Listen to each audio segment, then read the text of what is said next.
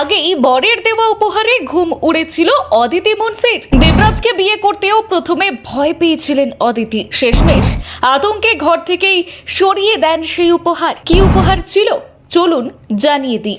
রাজনৈতিক বিতর্কের কেন্দ্রবিন্দুতে এখন দেবরাজ চক্রবর্তী। তার গ্রেফতারের পর একের পর এক অভিযোগ সামনে আসছে, আর সেই সূত্রেই নতুন করে আলোচনায় উঠে এসেছেন তার স্ত্রী, জনপ্রিয় কীর্তন শিল্পী এবং রাজারহাট গোপালপুরের প্রাক্তন তৃণমূল বিধায়ক অদিতি মুন্সি। তবে রাজনৈতিক বিতর্কের বাইরেও অদিতির ব্যক্তিগত জীবনের একটি মজার ঘটনা আবারও নেট দুনিয়ায় ভাইরাল হয়েছে। এমন এক উপহার যা প্রেমের স্মৃতি হয়ে থাকার বদলে তার কাছে হয়ে উঠেছিল আতঙ্কের কারণ। বর্তমানে দেবরাজ চক্রবর্তীর বিরুদ্ধে তোলাবাজি, দুর্নীতি সহ একাধিক গুরুতর অভিযোগের তদন্ত চলছে।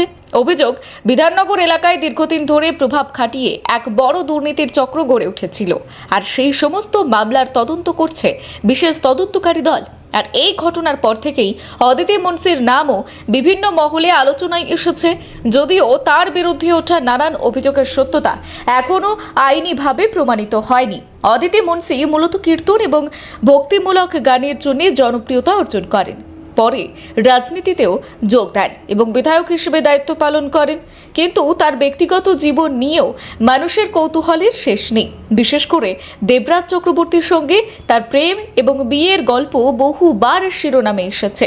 একটি পডকাস্টে অদিতি জানিয়েছিলেন, প্রথম দিকে দেবরাজকে বিয়ে করতে তিনি কিছুটা ভয় পেয়েছিলেন, কারণ একজন সক্রিয় রাজনীতিককে বিয়ে করা তার মনে নানান সংশয় ছিল। তবে পরিচয় বাড়ার পর তিনি বুঝতে পারেন ব্যক্তিগত জীবনে দেবরাজ একেবারেই অন্যরকম।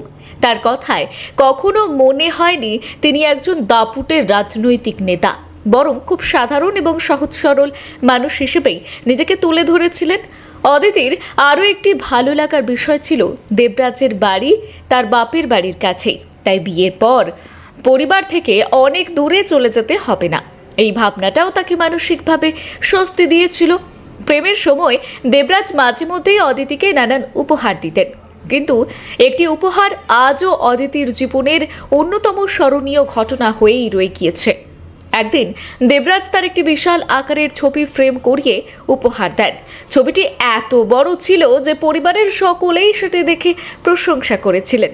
বিশেষ করে অদিতির বাবা ছবিটি খুব পছন্দ করেন এবং সেটি অদিতির শোবার ঘরের দেওয়ালে টাঙিয়ে দেন। কিন্তু সেই ছবি পরে অদিতির অস্বস্তির কারণ হয়ে দাঁড়ায়। গায়িকার কথায়, প্রতিদিন সকালে ঘুম ভাঙার পর নিজেরই বিশাল ছবি সামনে দেখে তার অদ্ভুত ভয় লাগতো। ছবির ফ্রেম এবং সাজসজ্জা দেখে তার মনে হতো যেন কোনো প্রয়াত ব্যক্তির স্মৃতিতে টাঙানো ছবি। এমন অনুভূতি এতটাই প্রবল হয়ে উঠেছিল যে তিনি মজা করেই বলেছিলেন, মনে হচ্ছিল যেন নিজেরই শ্রদ্ধাঞ্জলি লেখা ছবি দেখছি। শেষ পর্যন্ত আর সহ্য করতে না পেরে তিনি পরিবারের সদস্যদের দিয়ে সেই বড় ফ্রেমটি ঘর থেকে সরিয়ে দেন। পরে এই ঘটনাটি তিনি হাস্যরসের সঙ্গেই অনুরাগীদের সামনে তুলে ধরেছিলেন, যদিও সেই সময় বিষয়টি ছিল নিছকই একটি মজার স্মৃতি। কিন্তু আজ দেবরাজকে ঘিরে চলা বিতর্কের আবহে অদিতির এই পুরনো অভিজ্ঞতাও নতুন করে চর্চায় উঠে এসেছে।